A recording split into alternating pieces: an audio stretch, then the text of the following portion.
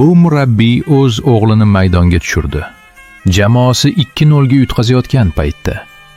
Lekin keyin sodir bo'lgan voqea hammani lol qoldirdi. Hech kim bunday bo'lishini kutmagan edi. So'nggi daqiqalarda Feyenoord hali ham orqada edi. O'yinchilar umidini yo'qotgan, muxlislar stadionni tark etayotgan edi. Ammo Robin van Persning o'g'li taslim bo'lmadi. U uzatmani oladi. Jasur texnik usul va u gol uradi. Stadion portlaydi. Jamoadoshlari bayram qiladi. Onasi yig'layapti. Otasi esa xotirjam, chunki bu hali yetarli emas edi. 2 daqiqadan so'ng mo'jiza yuz beradi. Yana bir sof ijodkorlik lahzasi. Aql bovar qilmaydigan murakkablikdagi akrobatik zarba. Hisob tenglashdi. 3-3. Onasi quvonchdan sakraydi. Otasi nihoyat